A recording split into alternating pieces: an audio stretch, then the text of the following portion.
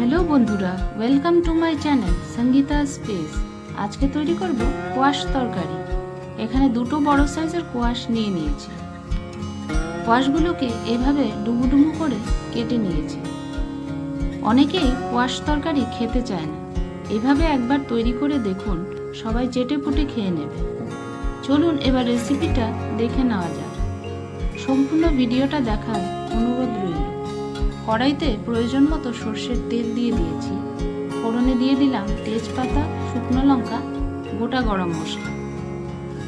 এখন পরিমাণ মতো গোটা জিরে যোগ করে দিলাম। ফোড়ন থেকে যখন মিষ্টি গন্ধ বেরোতে থাকবে তখন কেটে রাখা কোয়াশ যোগ করে দেব। স্বাদ মতো নুন দিয়ে দিলাম। পরিমাণ মতো চিনি যোগ করে দিলাম। বাইন্ডিংয়ের জন্য আলু যোগ করে দিলাম।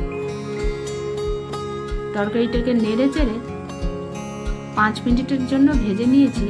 তারপর আরও 5 মিনিট ঢাকা দিয়ে রান্না করে নিয়েছি। ঢাকা খুলে গোবিন্দভোগ চাল পরিমাণ মতো যোগ করে দিলাম। চালটাকে তরকারির সাথে ভালো করে ভেজে নিয়েছি। আমাকে সাপোর্ট করার জন্য আমার চ্যানেলটাকে সাবস্ক্রাইব করে পাশে থাকা বেল বাটনটা ক্লিক করে দেবেন, যাতে সবার আগে নোটিফিকেশনটা পেয়ে যায়। এখন হাফ টিস্পুন গ্রেট করা আদা দিয়ে দিলাম। আদাটাকেও তরকারির সাথে কাঁচা গন্ধ চলে যাওয়া পর্যন্ত ভেজে নিয়েছি।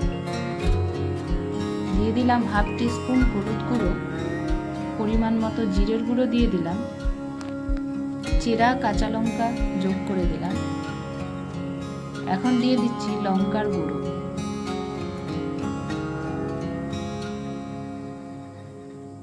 মশলাটাকে তরকারির সাথে মিডিয়াম ফ্লেমে খুব ভালো করে ভেজে নিয়েছি।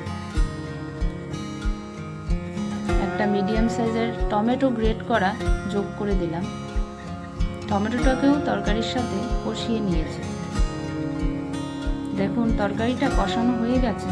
এখন পরিমাণ মতো জল যোগ করে দিলাম।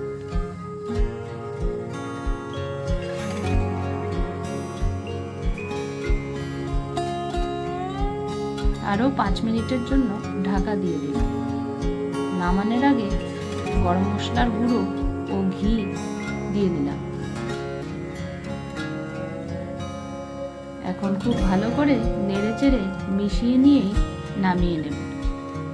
কোয়াশের এই তরকারিটা খেতে খুবই সুস্বাদু হয়।